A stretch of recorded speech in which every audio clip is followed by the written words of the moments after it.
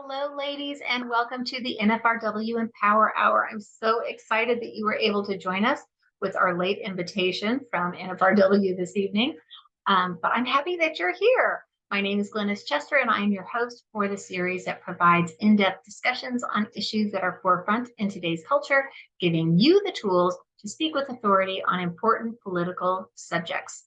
So tonight's program is about the real victims of rising crime rates. Now, crime rates have risen drastically in the last few years. We all know that. It's interesting because when you Google crime rates, it'll tell you, no, crime rates are actually falling. But all you have to do is watch the news to see that that's not true.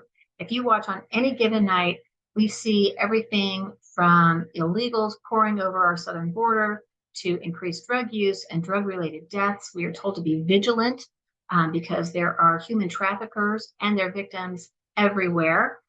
Tent cities and homeless encampments are cropping up all over the country. Our police officers are treated with contempt and disdain by the very people that they serve.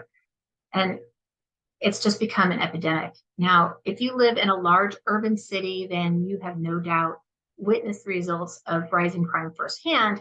But maybe you live in a smallish town or a smaller city, or perhaps even in a red state, and you feel insulated to a certain degree from some of what you see on the news. But the fact is, you will still be affected by the societal changes occurring in America. Your life may not be disturbed immediately, but you will experience higher prices for goods and services. Perhaps your favorite stores will go out of business because they can no longer afford the theft that they have to deal with on a daily basis. Or maybe, just perhaps, when you call 911, there will be no one to answer the phone or come and help you. Now, that is a very grim fear, but it is absolutely something that faces a lot of the cities that we have, right now, today. And that's something we're going to talk about this evening. Our guest tonight saw the harmful changes that were taking place in his hometown and took decisive action. But before I turn it over to our speaker, I want to just go over a little bit of housekeeping, as I always do. Please keep yourselves muted, and if you have any questions, please type them into the chat feature. We will answer as many as we can at the end of the program. A huge thank you to Melody Briggs, who is filling in for Erica and Kim tonight and providing tech support for tonight's program. God knows I am absolutely useless when it comes to this stuff, so she is my saving grace. And finally, please don't forget to let your clubs know that past episodes of all of our Empower Hours are available on the NFRW website in the resource library. Now, I'm so excited to introduce tonight's guest speaker, Matt Mackowiak. He is the president of the Potomac Strategy Group. There we go. Potomac Strategy Group, which is based both in Austin and in DC. They provide political consulting to conservative campaigns, which I love, as well as crisis communication assistance to companies and groups that find themselves in need of a little help when things go awry. He's worked in the political arena for over 20 years, receiving his very first political appointment in 2003, I believe is what I read, at the Department of Homeland Security under then Secretary Asa Hutchinson. He appears frequently on Fox News, Fox Business, CNBC International, and the BBC News. And in 2019, Matt co-founded Save Austin Now, a nonpartisan organization focused on increasing the standard of living in Austin. He has had tremendous success fighting the very policies that lead to higher crime rates in our cities and towns. Matt, thank you so much for joining us this evening and telling us a little bit about Save Austin Now and the work that you've been doing. If you'd start out just by telling us what you saw happening and what prompted you to start your organization. Yeah, absolutely. Thank you, Glennis. Appreciate the invitation. It's wonderful to be with so many of you across the country, members of NFRW. I have great respect for Republican women's groups at the national level, state level, local level, work with them all the time. Austin's one of the most progressive cities in the country. It's the Travis County, where Austin's based, is the second most Democratic county in Texas. We don't have one Republican official elected countywide, and we haven't for probably 15 years, maybe 20 years even. So when I got back from DC in the 2011, 2012 timeframe, I sort of ignored local government. I just didn't think I could play a role in any meaningful way or make a difference. Focused on building my business, focused on state government, state politics, national politics. And that was fine for a little while. I think in most cities and across the country, things weren't as crazy in the 2011, 2012, 2013 timeframe as they've become in the last few years. The Democratic Party has really moved far to the left, and their energy is on the far left. And we see this at the national level with the squad, and we see this in certain states with governors. But really where you see it the most aggressive is at the city level in most major American cities. I do think there are a handful of cities that have non-progressive, reasonable mayors, in some cases Republican mayors. Cities that haven't made tremendous mistakes, I would identify Miami, Nashville, Phoenix, to some extent Dallas, San Diego, as cities that are growing very fast and have all the kinds of problems urban areas have, but that are not committing suicide the way Los Angeles, San Francisco, Portland, Seattle, and even Austin have in the last 5 years. So I was shocked in 2019 when our city council decided to lift our homeless camping ban, which had been in place for 17 years, had a 91% success rate according to Austin Police Department.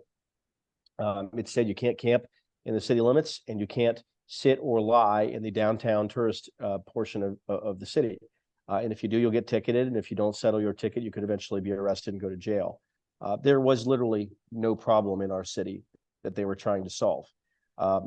Instead of trying to address the 9% that weren't voluntarily complying with the camping ban, they blew the entire system up.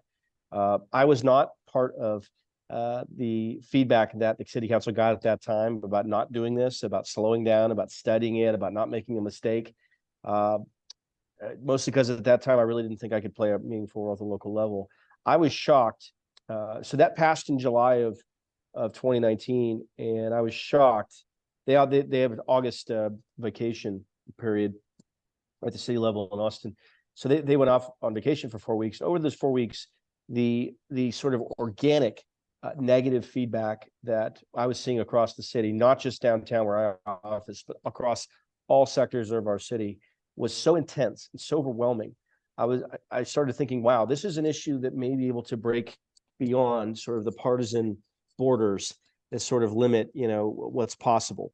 And so I started to sort of watch and think, what could I do? I didn't really know what to do, but I decided one night, kind of on a whim, to start an online petition on change.org. I've now learned change.org is not a site we should use on our side of the aisle, but nonetheless, my whole effort was to say we ought to rescind, basically undo the lifting of the camping ban and reinstate the camping ban. I didn't do any promotion, any paid promotion. This thing I used on my socials, and I got around. I did a couple radio interviews and things like that. But overall, I didn't put any real money behind it. We probably had 10,000 signatures in a week and 25,000 in 3 weeks. And before I knew it, I felt kind of this, I don't know, parental responsibility in a way for the people that had signed the petition, even though what they had done, it only took them 10 or 15 seconds to sign. But I started to feel responsibility to do something. Online petition is one thing. It does show that there's some popular support for whatever you're trying to do. Change.org doesn't give you the contact information, but they do allow you to update your signers once every 24 hours. So every day or two, I was sending an update to our signers with information about how to contact the council, with information about some horrific thing that had happened somewhere in different parts of the city. And then when there was, certainly some media coverage, even at that time. So when they came back from their August break, I went and testified in September of that year. And I said, guys, look, I don't know. I'm not judging your intentions. I'm sure you were trying to be compassionate and thoughtful, but in the end, this hasn't worked. And all we're doing is asking you to go back to the system that we had before. We have 25,000 signatures in 6 weeks while you guys were gone. And they weren't interested. In October, again, our signatures kept growing. I think we're at like 140 or 150,000 now, something ridiculous. But the governor then sent a letter before their next meeting and said, if you don't fix your homeless camping ordinance, I'm going to use every power the state government has. And he listed 21 separate government departments he could use to take a specific action. The Texas Council on Environmental Quality would look at the pollution in the waterways. The Texas Department of Transportation would look at the areas under the highways, et cetera, et cetera, et cetera. The council then decided to, under just unbelievable debate and navel gazing and doubt, to make very modest changes to the camping ordinance. They decided to ban it within 10 feet of the entrance to a home or business, to ban it on a sidewalk, which is a public right of way, and to ban it in what you call flood and fire mitigation zones. These are areas of the city that are at high risk of fire or flood. After that, that was all they did, and that only passed 9-2. You still had two people on our Austin City Council that thought you should be able to camp within 10 feet of the entrance to a home or business, or on a sidewalk, or in an area of high risk fire or flood, which is kind of unbelievable. But the reason you're hearing from me now, the reason that anyone knows who I am about these issues, is what happened next. Our mayor, Steve Adler, who's no longer mayor now, thank God, worst mayor in the history of the city of Austin. Every living mayor in our city agrees with that statement. At the end of that vote, at like 1 a.m, said, "We are done considering changes to the camping ordinance." And I was kind of shocked. And what, have you ever seen any level of government, a government official say, "Our policy is perfect. It cannot be improved, and we will never consider any more information or any changes"? I mean, the arrogance of that statement, honestly, I think drove me to figure out what could we do. Because look, I've testified in favor of the modest changes they made, but also said, look, this isn't far enough. You've made a terrible policy slightly less terrible, but it continues to create massive problems for our city.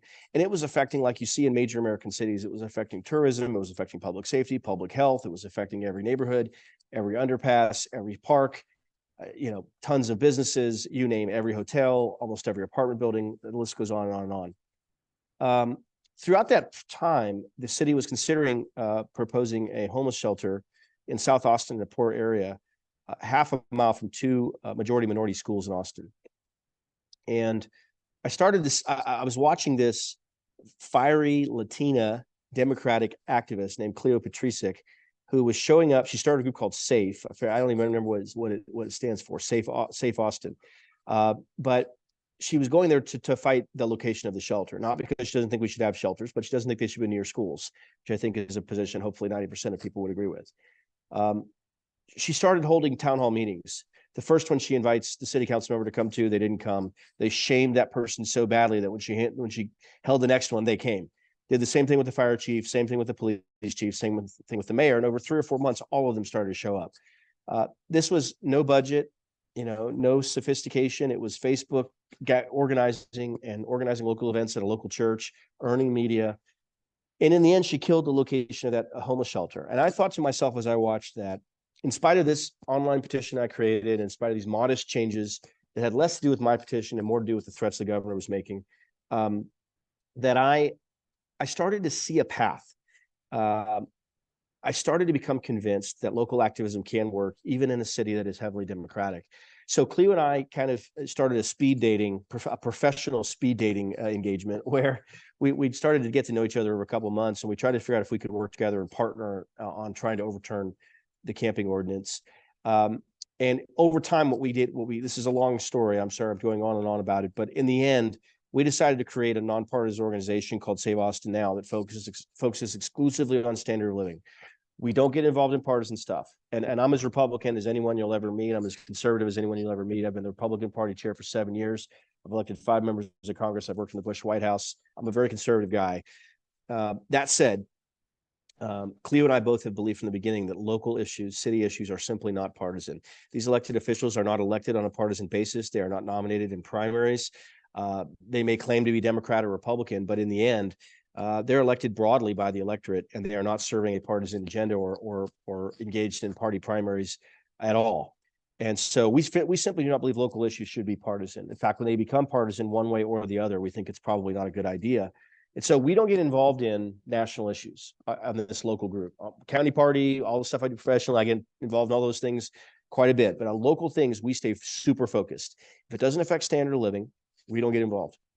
So we only get involved with abortion or immigration or other national issues that are important. And I have opinions about them, but Cleo and I are very far apart on those things.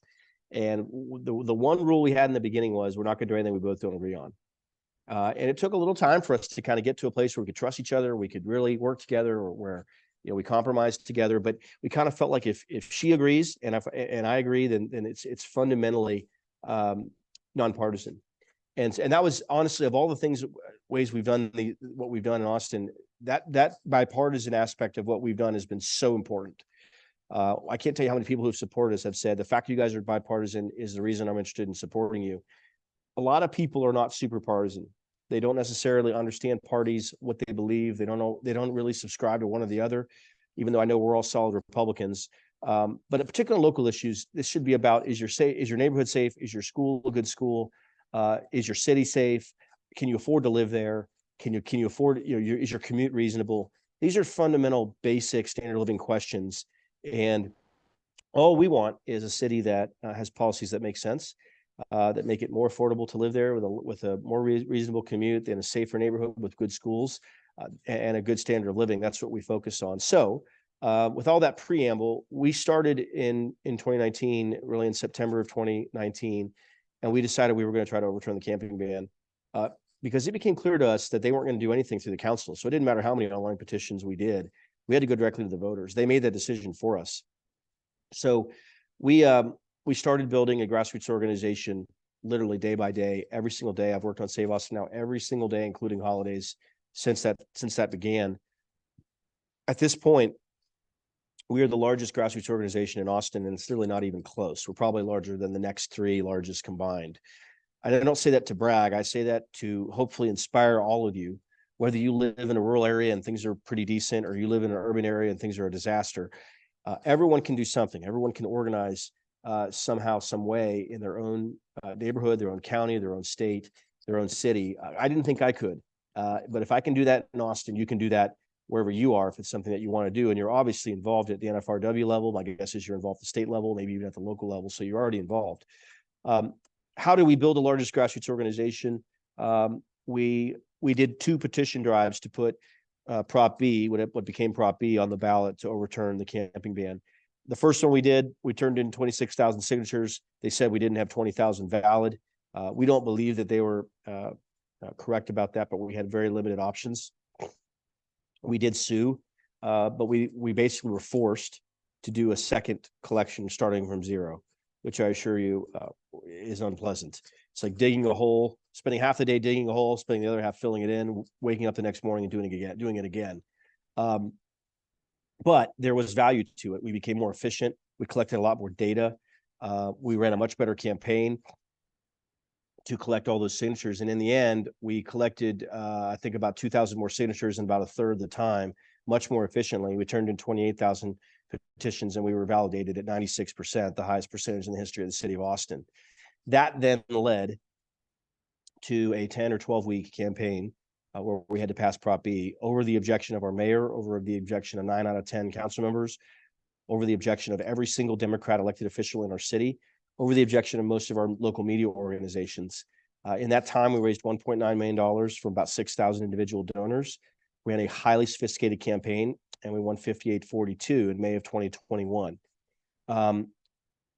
And so there's a lot to dig in there, and you can Google Save Austin Now homeless, and there's all kinds of stuff. We had a story in the National Review about how we did it and why it mattered. We were on, discussed on Rush Limbaugh at that time, lots of other national attention. I was on Fox and Friends several times. But, the only way to build a grassroots organization is to do it day by day. You're never going to get a large chunk at any one time. You have to just slowly and steadily be building it. How do you do that? You do that by providing updates. Not just, can you give me money, but, here's what happened today. Here's how you can get involved. Here's how these policies are affecting you. Here's how the people voted at City Hall on a particular issue. We have 55 or 56,000 email addresses now. And I email that list. It depends. Sometimes it's once a week or once every other week. Sometimes it's 3 times in a week, depending on what's going on. We now have over 8,000 individual donors. We probably raised $8 million over the last 3.5, 4 years for all the efforts that we've engaged in. So I know the subject tonight is crime in our cities, and I can get to that in a minute, but I actually do not believe what we've done in Austin is remarkable. I believe it is what can be done in any city. I think I could have done this in any city: St. Louis, Detroit, LA, you name it. I just happen to live in Austin, and I found a Democrat. Honestly, the single hardest thing that I've encountered It's not fighting at City Hall. It's not lawsuits. It's not negative BS I have to deal with. It was finding a credible, courageous, substantive Democratic partner. And I think Cleo is far more remarkable than I am, because none of her friends like what she's doing, and all of my friends like what I'm doing. So anyway, that's kind of an overview, Glynis, of how we got started and what we did. I can keep going. We continue to battle. We tried to overturn defund the police 6 months after that, and we lost. They raised $1.3 million from outside the state, all of it from Soros and Soros-funded entities. And we are now fighting a number of other battles. We're suing over enforcement of our proposition. We're working to try to ensure we have a 4-year labor contract with our police union. We're focused on lots of different things we put forward and ideas, and we're focused on elections. So there's more to the Save Austin Now story than what I've told you, but that gives you a good idea of how we got started and how we started building it effectively. So I just recently read an article in the Daily Caller about the defund the police issue and how it's affected Austin. And it really struck me in a very short article in what you said, basically in what would happen right now, because there are so few policemen there, if there were 2 major incidents at the same time. Could you please talk about that just a little bit and tell the ladies here what you said in that article?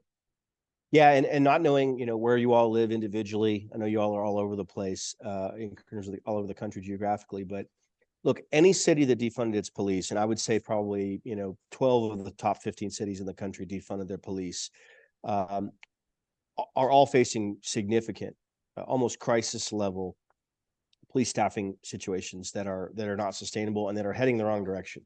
Austin defunded its police at a level that no other major American city did. We cut our police budget 33% by 1/3 in September of 2020. We worked after January of 2021, we worked very aggressively to address both homelessness and the defund the police effort at our legislature.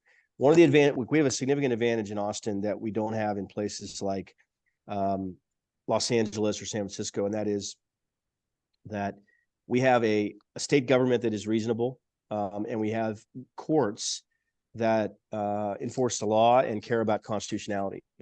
I don't know that I could have done what I did in Los Angeles or in San Francisco or Portland, because their state legislatures are not going to help, and their courts are not going to help. Our state legislature did help. 1 week after we passed Prop B to reinstate the camping ban, the state legislature passed a statewide homeless camping ban. I'm very proud of that. It passed on a bipartisan basis, including Democratic votes in the House and Senate. But they also passed a punishment for cities that defund their police more than 10% in any individual year. And that was a reaction to what Austin done. This is the thing to remember. Dallas, Houston, San Antonio all have progressive Democrats as mayors. None of them defunded their police. Only Austin. Austin is the only city in Texas that defunded its police.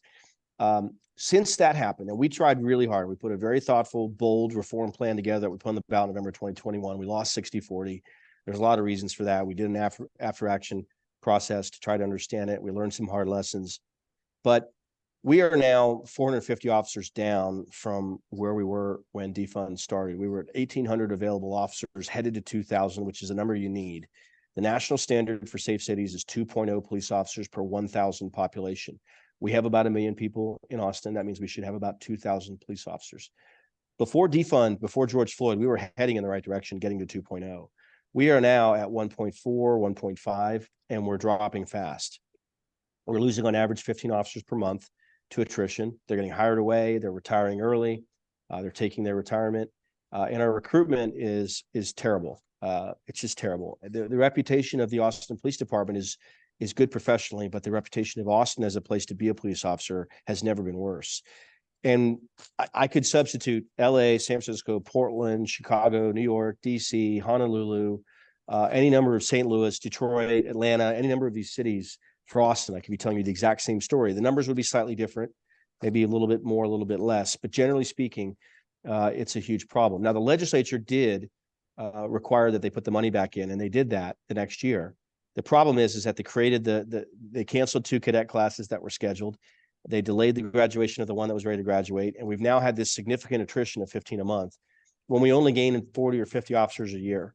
So you're losing 150 officers a year, and you're only gaining 40 to 50. You're losing on average 100 net per year, and nothing has changed that since 2020, and where that's the direction that will continue to head. So, as it gets to the question you asked, Glynis, this is the nightmare scenario for a city like Austin or other cities I mentioned, which is unless you have a massive number of police officers, a city like Los Angeles, New York, Chicago, probably San Francisco could probably handle a dual critical incidents, something up north, something down south that required a massive response. A city like Austin can't. And we have been playing Russian roulette with a gun pointed to our head every single day since it started. Because if we have a stabbing at a Austin FC soccer game in North Austin, at the same time we have some kind of incident down at ACL Music Festival or something downtown, we are not going to have nearly enough officers to respond to both incidents. And of course, we're not going to have any officers to respond to other minor incidents which might occur. So Friday night and Saturday night in Austin are an absolute war zone. People don't have any idea. And that's true in a lot of major cities. The category 1 calls that 911 call centers getting are pretty scary. And police officers are doing truly miraculous work to save lives and prevent situations from becoming absolute catastrophes. What worries me more than anything is that if we were to have 2 incidents at one time, Austin would have a mass casualty event. We had a shooting, 2 gangs filled with people under the age of 18 came down to Austin and entered into a gang shooting war at the intersection of what we call Dirty Six. But when you think of 6th Street in Austin, it's really 6th and Trinity east of Congress. That intersection is where they were at 2 a.m. firing weapons at each other. We had, I think, 13 or 14 people shot. One of them was killed, a tourist from New York City named Nick Cantor. I've gotten to know the family pretty well. So, these incidents happen all the time. And it's concerning because the staffing levels are totally inadequate for what we're asking our police to do. Now, listen, I don't defend every single police officer, no matter the circumstance. If they have violated the law, then I think they need to be prosecuted. No one hates a bad cop more than a good cop, because a bad cop violates the bond of trust, which is so necessary for police officers to be successful. You have to believe when a police officer approaches you that they are going to do so lawfully. They are going to do so with public safety in mind. And there's clearly a racial element to some of this. I'm a white male. I haven't had those experiences, and I don't minimize them. But generally, we are asking our police officers to do a job and not giving them the resources to do it. It's no different than sending a military into battle and not giving them the weapons that they need and the support they need to be successful. And that is a big part of why recruitment has been so bad, retention has been so bad, and attrition has been so high, not just in Austin, but in other major cities. So I could go on and on. We're out of police contract right now. We don't have a labor contract. There's a lot of reasons for that I can explain. But our police staffing crisis is getting worse. And it's going to continue to get worse, I think, until we have a pretty significant change at the local level. That is absolutely frightening. And I will say that you're right about Dallas having a very similar situation, but the outcome has been different.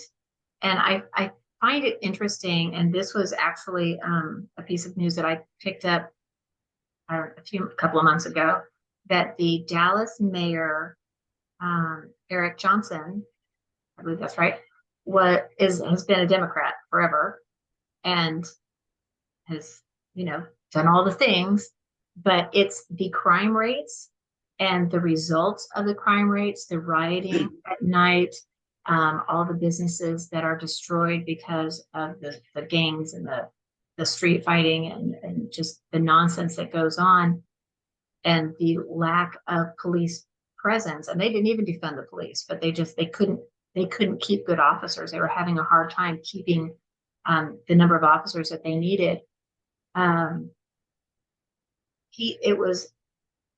It was seeing the results of those policies. He switched to a Republican now.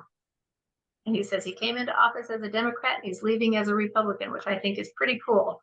So that's, it is. Whatever And it takes, I right? listen, I would be delighted to have someone like Eric Johnson be mayor of Austin or mayor of any of your major cities, wherever you all are. I've talked to Eric quite a bit. He served the Texas legislature.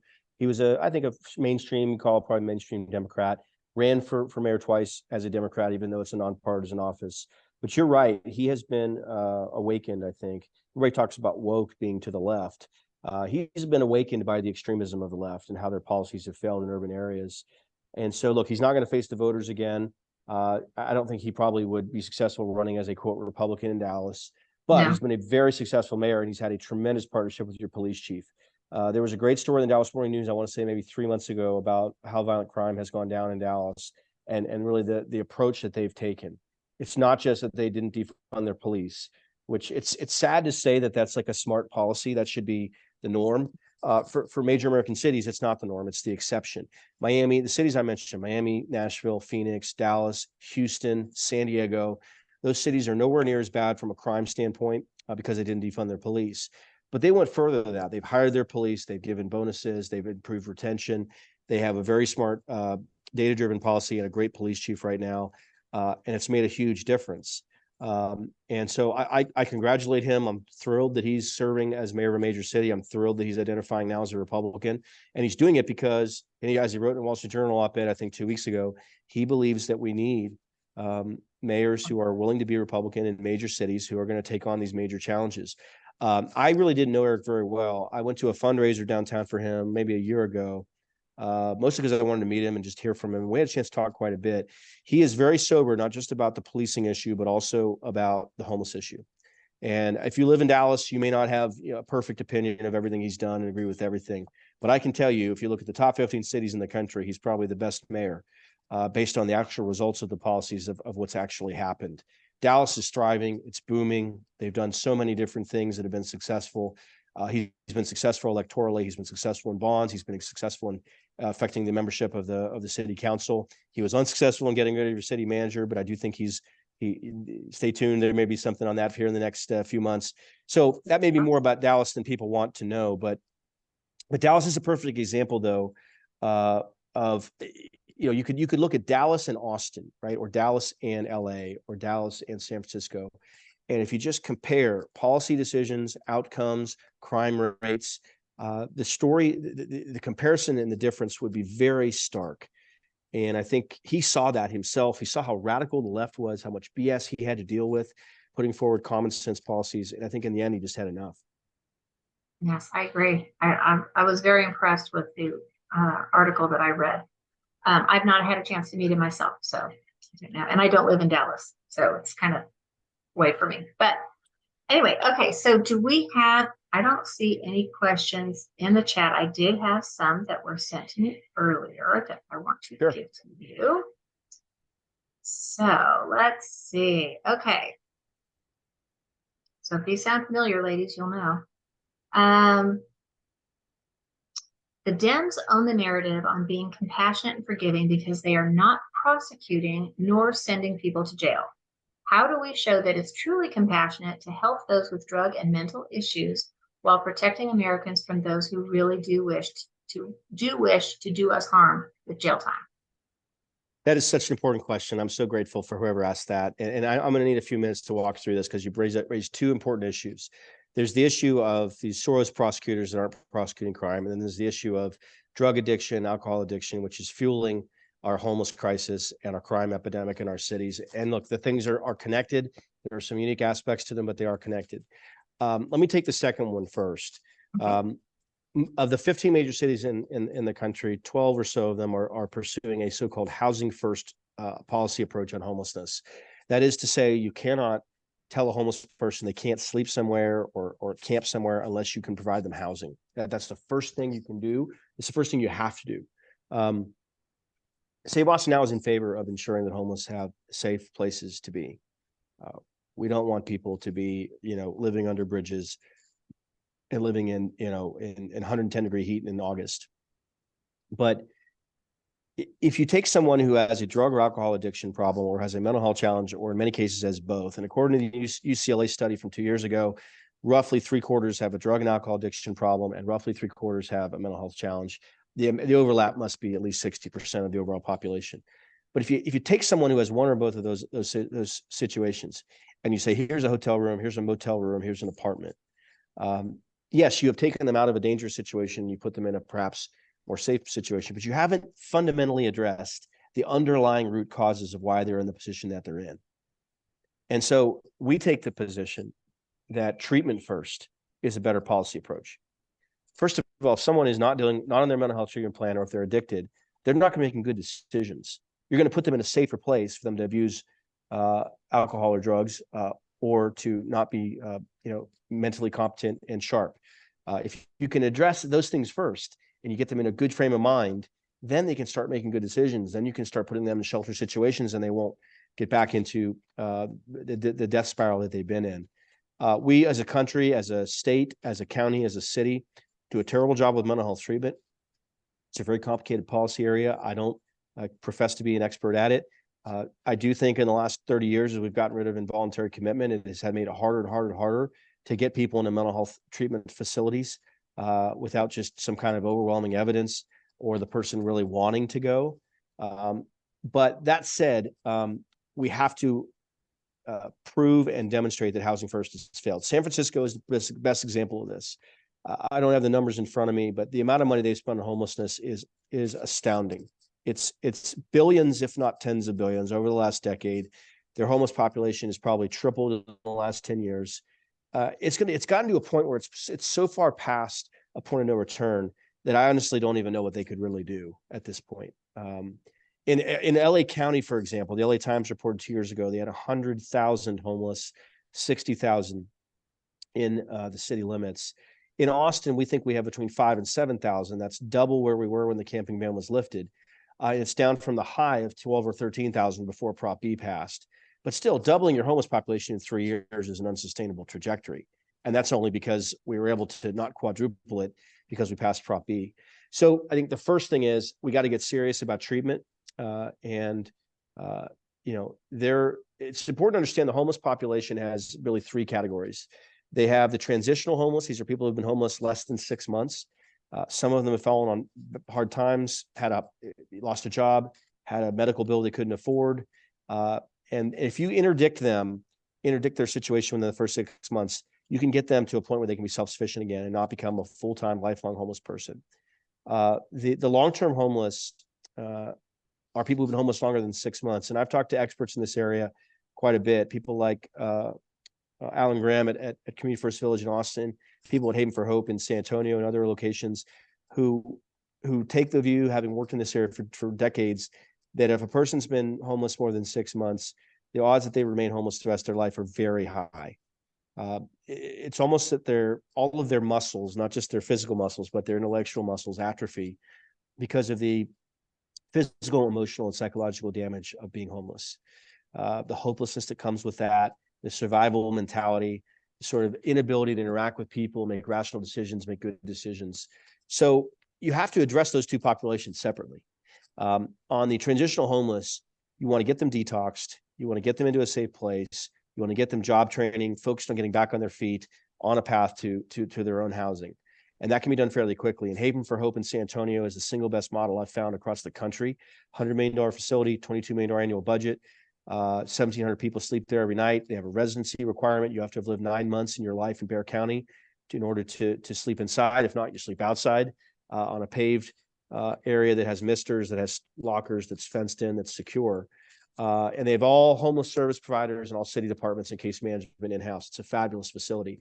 If this is an issue that interests you, and you ever find yourself in San Antonio, they do tours all the time. I would encourage you to do it. You'll be very inspired. The long-term homeless, the best model that we found is actually in Austin. It's Community First Village. The problem is that it's outside the city limits, and so our city charter does not allow us to provide funding for that facility. And it was set up intentionally because they didn't want to be regulated by the city, and that ended up being a very, very, very wise decision. They have about 1,000 people that sleep there. They're going to be tripling capacity over the next 3 years. It's a tiny home, micro home community. Everyone signs an agreement when they get there. Everyone has to behave. Everyone has to work. Everyone pays something in rent. It might be a small amount, like $10 a month. It might be $200 a month. But that's not about cycling them through and getting them into housing. It's about making them comfortable, giving them a life of dignity, giving them a sense of community, making them productive. And then they basically live their entire life there. So you have to deal with those two populations separately. And yeah, I'll answer that, Judy, in a second. So the third category, though, is the non-compliant. And this is the one that policymakers in most cities simply do not want to even admit exists. Let's say you had all the housing you needed and you had transitional housing and long-term homeless facilities. there are going to be people who are homeless who want to continue to camp in public, on private land, in city parks, under bridges, etc. I don't know what you do except to say these are the rules, these are the laws. If you simply refuse to comply with the law and refuse to accept help, you have to have consequences for those people. And I don't want to see homeless people in jail, particularly if they're not a threat to themselves or anyone else. But you also can't just let people camp wherever they want. It has effects on residents, on tourists, on neighborhoods, on families, on parks, on all these different things. On the prosecutor aspect of this, that's incredibly important. And I wish I had some silver bullet solution for you. I don't at the moment. Different states have different rules and different powers for governors. In Florida, for example, they had 2 Soros prosecutors that DeSantis has had removed from office. That's being challenged in the courts. It'll either be upheld or it'll be overturned, and we'll see what happens. My understanding is that he does have that power. Whether these 2 individuals truly violated the law is a separate question, and that's going to get answered by the courts. I'm very glad he did it. I think any governor that has that power should be doing it. Prosecutors are not legislators. They should not have the ability to say, I'm going to enforce this law that I like and not this law that I don't like. If you don't like laws, you should run for the legislature. You should try to change the law. And that's true on both sides, whether it's enforcing gun laws, enforcing abortion laws. I'm agnostic. Every law should be enforced. Now, obviously, prosecutors should have the ability to make individual decisions based on resources, based on evidence, based on other factors. And that's obviously true. In Austin, we have a Soros prosecutor. There are Soros prosecutors in Dallas, Houston, San Antonio in our state. They thankfully removed through a recall the Soros prosecutor in San Francisco. They tried to recall the one in LA and they failed. So different cities have done different things. We don't have a recall provision in Texas law. I would have already tried to recall our district attorney and county attorney. We do have a new law, HB 17, for those of you who live in Texas, that says if prosecutors refuse to prosecute categories of crime, that they can be removed from office. And so on September 1, we announced a coalition to focus on our DA and county attorney in that regard. The website we started is Garza Watch, Garza watch.com. Both of our county attorney and district attorney have the same last name, even though they're not related. And you'll see how we're taking that on there. Prosecutors are a huge problem. And one of the reasons, this is, I think, going to be a very effective message for Trump if he's a nominee or whoever our nominee is if local prosecutors want to prosecute crime, then we have to have federal prosecutors do it. The Biden administration and the Justice Department's not interested in that. If a Republican wins, whether it's DeSantis or Trump or Nikki Haley or Pence or whoever, I think they all will try to use U.S. attorneys to prosecute crimes that local prosecutors are failing to prosecute. Judges are a problem, to your point, Judy. We have a huge problem with that in Travis County. Judges are elected in most places. Fundamentally, the issue we have is that average voters don't understand why crime is rising. It's rising because we don't have enough police. Response times are too high. We don't have enough detectives. So people are committing crimes and not facing consequences. If they're arrested, which the likelihood they're arrested goes down considerably because of what's happened with defund the police. But if they're arrested, depending on if you have a Soros-backed prosecutor, they're likely having the charges dismissed. They're having the charges not prosecuted at all. They're being let out on personal recognizance bonds for months and months and months or years. And all of these things are affecting people who continue to be habitual offenders. And that's why crime is rising. I don't think it's necessarily we have more criminals, although we probably do along the margins. We have people that are committing more crime because there aren't consequences, either in terms of arrests or in terms of prosecutions. Okay, that kind of leads me into my next question. What do you believe the end game is with the lawlessness that the Dems are promoting? Great question. I'm so glad you guys have asked these questions because it led into things I would have wanted to talk about, but I would have done an hour-long speech. So I think it's really important in any endeavor that you try to understand your opponent. What's motivating them? What's their strategy? What's their justification for whatever policies they support? And I think it's really important on the Soros. Look, Soros has been highly effective. It would be wonderful if he had been ineffective. I don't care about radical liberals who are ineffective. I look at the squad. The squad hasn't passed one bill. I mean, they're useless and they're embarrassing and they're bad for the country, but they're not doing any damage to the country, I don't believe. These prosecutors are doing significant damage, and Soros has been very effective. He figured out pretty early on he was not going to be able to affect the makeup of Congress and get a lot of radical people elected where he could pass laws. But if the laws weren't enforced, then it was just as good as electing a majority of Congress. And so he has gone about, if you look at the major cities, they pretty much all have Soros prosecutors with a few exceptions. If you look even at second tier cities, and I'm not trying to be rude or anything, but a city like, let's say, Tulsa, Oklahoma, or a Chattanooga, Tennessee, or something like that. And I don't know offhand whether they have SOAS prosecutors or not, but what I'm saying is after that first category of the top 25 or so cities, he's now focused on that second category, the next 50. And he doesn't need to put a lot of money in. They're talking about $300,000, $400,000, $500,000 maybe could swing a Democratic primary or a general election in one of those areas. Now, what's their end game?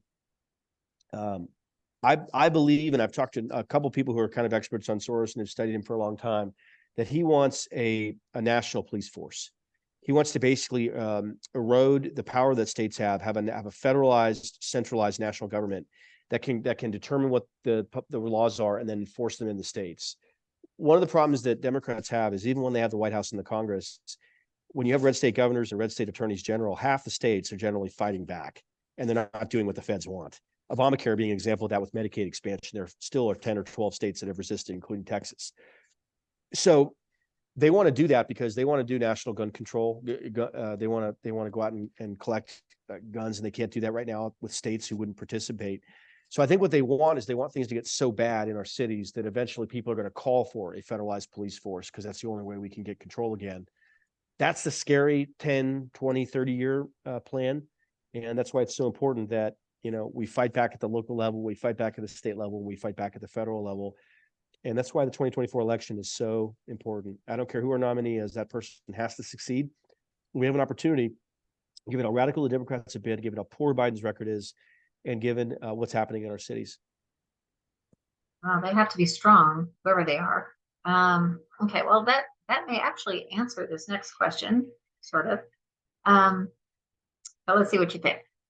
As I watched the illegal border crossing start 25 years ago, I knew it would lead to future lawlessness, but I didn't envision the things that I'm seeing today. If this continues, what breakdown in society do you see next? Yeah, good question. That's a tough one. Yeah, I mean, look, the nightmare scenario, there was a story today on Fox about the number of special interest illegal aliens who've entered the country from countries that should concern us. Right. And it's a large number. I don't remember what the number was off the top of my head, but it's considerable. We've had something like 20 or 25 people on the terrorist watch list enter the country since Biden's been in office. When you think about the negative consequences of illegal immigration, there's obviously an effect on the culture, effect on what they can pay people to do menial jobs, effect on our hospitals, our schools, our social service organizations, and that's significant, obviously. The far more significant concern is that we can't control who's entering. We don't know who they are and why they're here. And once they come in, there's almost nothing we can do to keep track of them. It's insane that a person can come in, claim asylum, and whether they have a legitimate asylum claim or not, be released and be given a court date 4 years from now, large percentage of which don't show up. We should be having asylum rulings the same day or certainly the same week. And I support asylum. Asylum has very specific criteria. You have to be a victim of religious persecution, or you have to really be a targeted individual where your life is at risk. And that's like you've been directly threatened by a cartel or your government or something like that. And for some countries, Cuba being an example of that, we have much more lax asylum laws, and I think we probably should. Venezuela maybe being another, although I just saw the Biden administration allowed something like 500,000 TPS, temporary protected status designations for people from Venezuela. The problem is Venezuela gives citizenship the same day you ask for it. You show up, you pay your fee, you ask for Venezuelan citizenship, and you get it. And then you come to the United States, you claim an asylum when you're a Venezuelan citizen. So where's all this going? It's going to a place where you have tremendous strain on border counties and border communities. Border issues are now a national problem. They're not a South Texas or Arizona or South New Mexico or Southern California problem. It's become a national issue. I think our governor in Texas has, with one specific thing, changed the immigration debate to the greatest extent of anyone I've seen in 25 years by busing illegal immigrants voluntarily to cities of their choice. He has taken cities that have been engaged in performance theater as sanctuary cities and ask them to confront the realities of their policy. Our governor was in New York City, I think 2 weeks ago, and gave a speech at Manhattan Institute about immigration. The New York City mayor is having a total meltdown about what's happening in New York City with the busing. He just went to Mexico trying to issue some kind of call for immigrants not to come to the U.S. You've had the governor of New York, you've had the mayor of Chicago, you've had the governor of Illinois now urge the Biden administration to do something about border security. It took busing people into these cities for them to realize that illegal immigration is a problem. In the past, we've known it in Texas, we've known it in Mexico and Arizona and California. California doesn't seem to care. But now all these major cities know it. And the only reason they know it is that the state of Texas has taken on a significant expense and logistical challenge to bus these individuals to Chicago, New York, DC, LA, San Francisco, and a handful of other cities. That program is going to continue.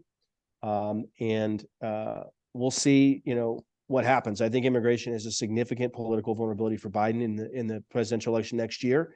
That's one of the reasons why they announced, I think just in the last few days, they're going to be building 11 miles of border wall in Starr County, which is the law. They're blaming the law for it.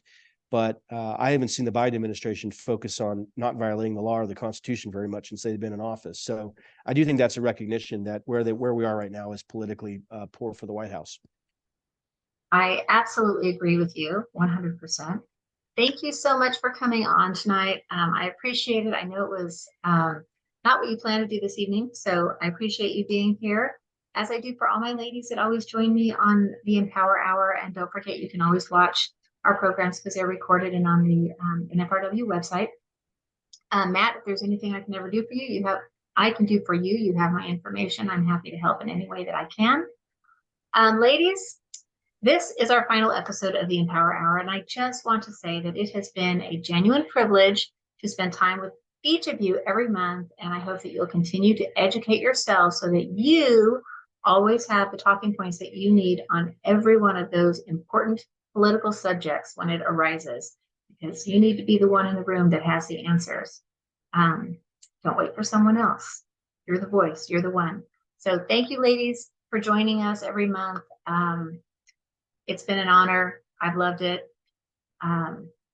Looking forward to seeing you around. If you ever want to contact me, you have my information. And I still have a couple of bite-sized tools that you can jump on. But until then, ta-ta.